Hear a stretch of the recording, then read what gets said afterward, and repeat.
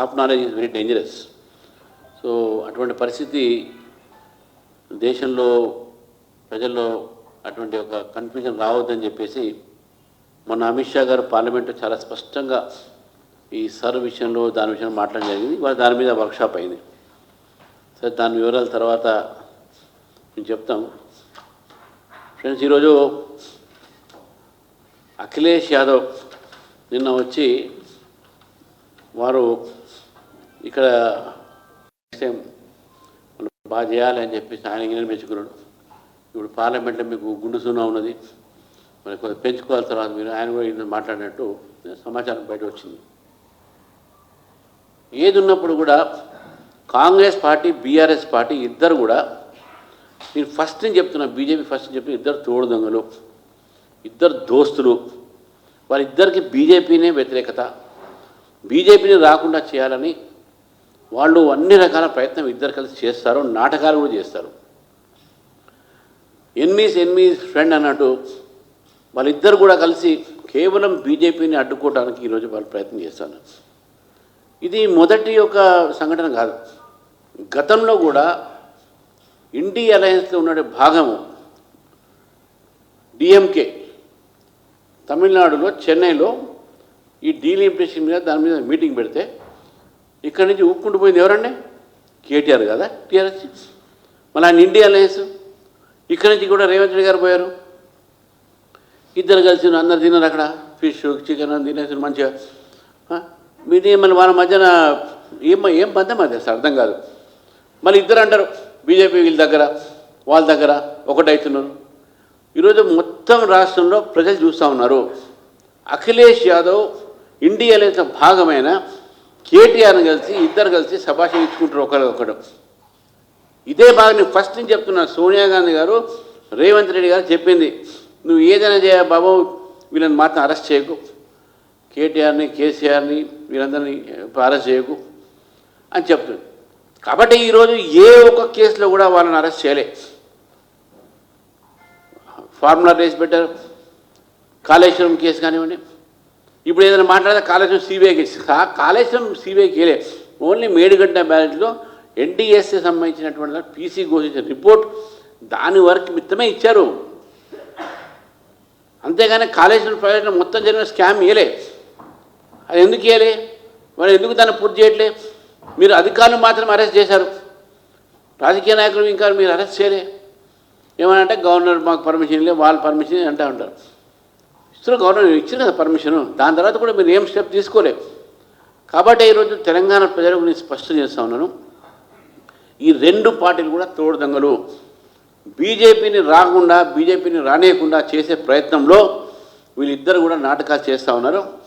దానికి నిదర్శనమే గతంలో స్టాలిన్ మీటింగ్కు వీళ్ళిద్దరు పోవడం, ఇవాళ అఖిలేష్ యాదవ్ వచ్చి కేటీఆర్ గారిని కలిసి ఇక్కడ వారు మాట్లాడిన మాటలు.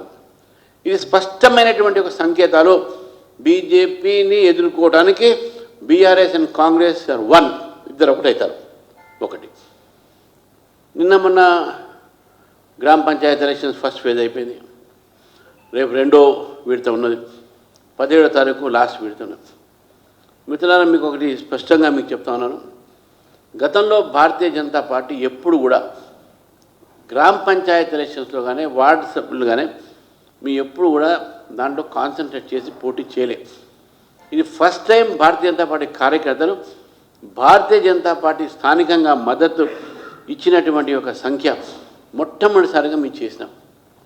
ఇప్పటికే కరీంనగర్, ఆదిలాబాద్, మెదక్ అన్ని ప్రాంతాల్లో మేము బ్రహ్మాండంగా మీకు గెలిచినాం. అదేవిధంగా మాకు గతంలో ఎక్కడ కూడా ఒక్క సర్పంచ్ కూడా లేని ఈ యొక్క స్థానంలో జనగాంలో మీరు 2 గెలిచినాం, మహబూబాబాద్లో 6 గెలిచినాం, భూపాలపల్లిలో 3 గెలిచినాం. ప్రతి జిల్లాలో మేము ఈరోజు గెలవని జిల్లా లేదు. సంగారెడ్డిలో 6 గెలిచినాం. గతంలో మాకు అక్కడ లేదు, ఒక్క సర్పంచ్ కూడా లేడు. జడ్చర్ల ప్రాంతం 6 గెలిచినాం, మహబూబ్నగర్లో దాదాపు 20 గెలిచినాం. కాబట్టి ఈరోజు ఉమ్మడి జిల్లాలో కానీ మొత్తం జిల్లాలో వనపర్తిలో 6 గెలిచినాం.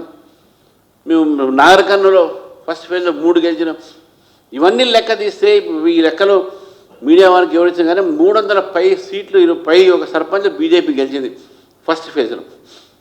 ఈ సెకండ్ ఫేజ్లో, థర్డ్ ఫేజ్లో కూడా బీజేపీకు దీనికన్నా ఎక్కువ వస్తాయి.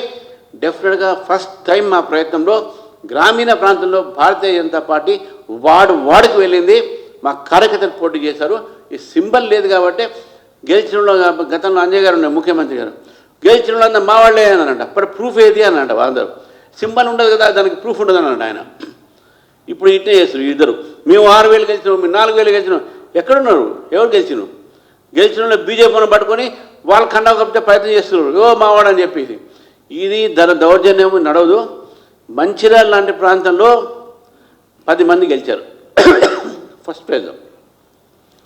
బయట వెయిట్ చేస్తున్నాం కూడా. ఇది కాగానే వారికి మేము ఖండం కప్తా ఉన్నాం, వాళ్ళకి కంగ్రాచులేట్ చేస్తాం, సన్మానం చేస్తూ ఉన్నాం. బయట మనం సన్మానం అంటే బీజేపీ కండవ చేస్తాం, మన పూరీలు కాకుండా బీజేపీ కండవ చేసి సన్మానం చేస్తాం. బయట మంచిర్యాల మా రాష్ట్ర ఉపాధ్యక్షులు మా రఘునాథరావు గారు ఉన్నారు, బయటికి ఉన్నారు, వారు వస్తున్నారు ఇప్పుడు 2 నిమిషాలు.